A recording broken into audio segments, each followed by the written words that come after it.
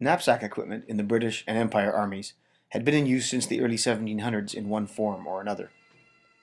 This equipment was never what could be called a system, while it was always a collection of belts, pouches, and other articles used to carry the soldiers' kit, weapons, and ammunition. Its many parts were never an integrated set in the way later valise equipment was. By the mid-1820s, the knapsack itself had evolved into something of an anachronism, with boards to stiffen the outer dimensions and straps designed to hold it high on the back.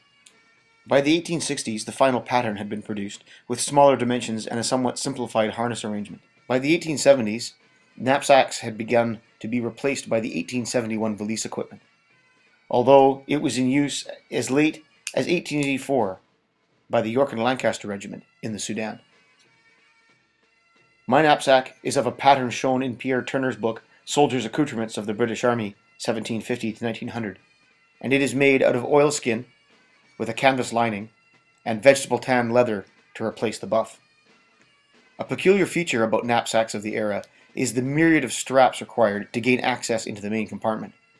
Mine is no different, requiring the undoing of no less than 10 buckles to get inside. In it, I carry targetry materials, a spotting scope, spray paint, and other materials for shooting. I also have an aiming rest shaped in the form of an army mess tin, carried by leather straps on the back. Ammunition is carried in 3 separate pouches. A main pouch, containing 50 rounds in packets, slung by a leather belt over the left shoulder, a cap pouch attached to its front, and an expense pouch attached to the front of the waist belt, holding 20 rounds.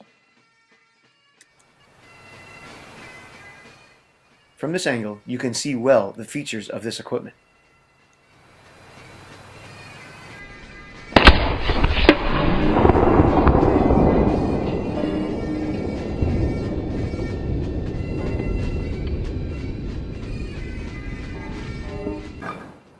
Here we can see the rolled shooting mat attached to the top of the knapsack by 2 leather straps, and the aiming rest affixed to the back by a leather carriage.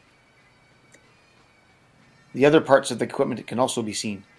The main ammunition pouch on the right hip, a water bottle, in this case one that's not particularly historical but fills the void, the expense pouch on the front of the waist belt, and a special pouch designed by me to hold the reusable inner cylinders for the Pritchett cartridge.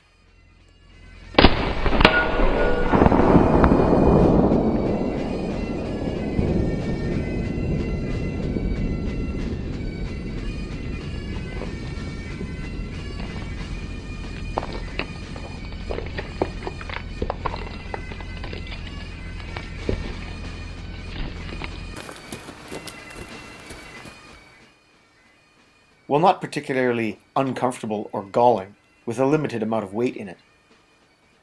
The knapsack, when weighted with a full complement of kit, would definitely cause the wearer some pain and discomfort due to its stiff frame, thin straps, and position high on the back.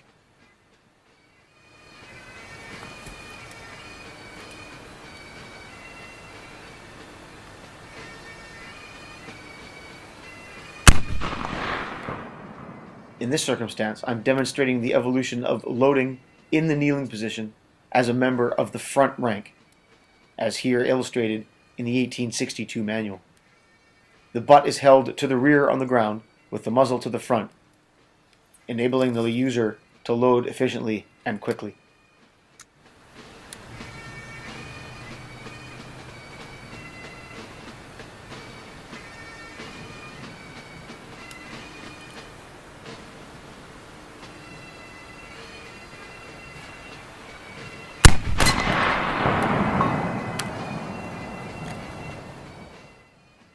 You can see in this view the angle of the shoulder straps that project from the top and bottom edges of the knapsack. The amount of constriction that the shoulder straps place on the shoulders is directly related to how much weight is carried in the knapsack. As can be seen here as I place the rifle on the ground, the knapsack, in particular the rolled mat or greatcoat on top of the knapsack, inhibits the wearer from shooting in the prone position. For obvious reasons, it must be removed, and this is no easy feat as the straps tend to stick to clothing and are not generally of large proportions.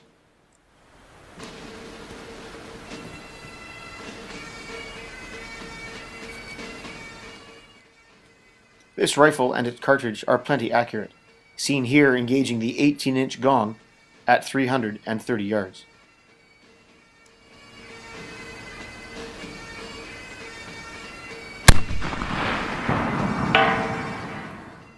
With this particular load, the sights have to be set at 400 yards, and the sight picture taken up a shade below the target.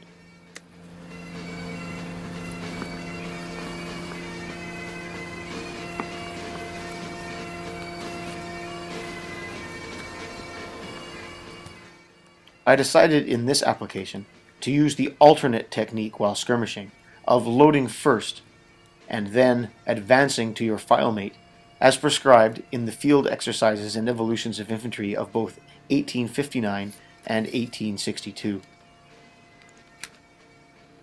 Of course, I don't have a filemate, but the evolution of loading, followed by advancing at the double to the next firing point, is the goal that I wanted to achieve with this practice.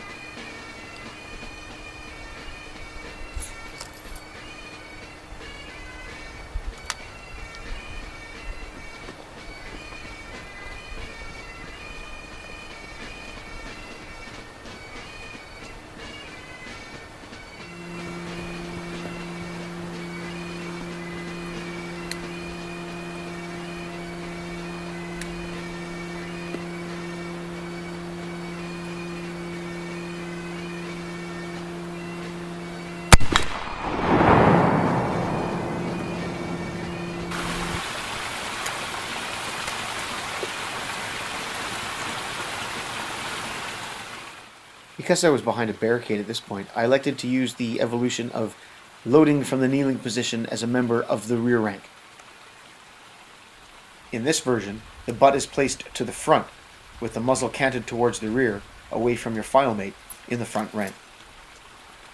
Although obviously different from loading as a member of the front rank, the same hands perform the same functions, and therefore the evolution is not that much more difficult. Although, as shown by my hesitation in adopting this position, it's one that must be practiced to be fully effective at.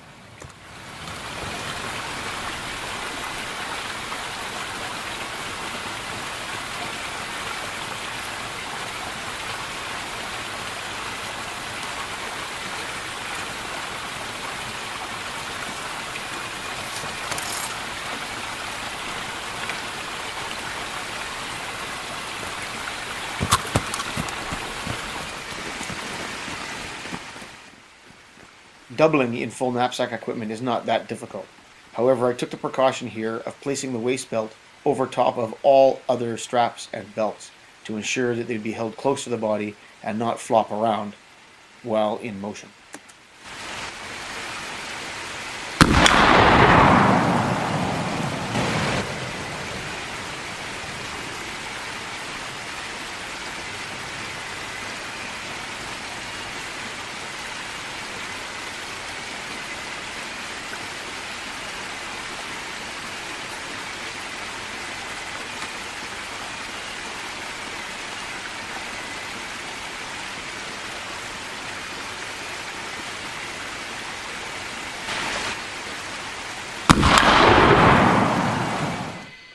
This view shows with effect the placement of the cap pouch on the main pouch belt, held by friction only at approximately mid-chest level. With the rifle held in the capping position, with the butt at the waist belt, the cap pouch is in the perfect position for cap extraction and placement on the nipple.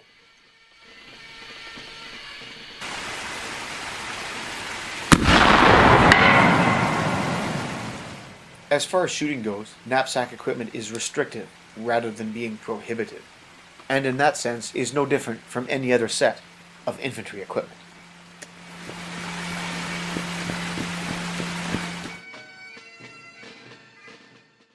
Thanks for watching. Please comment, like, and subscribe.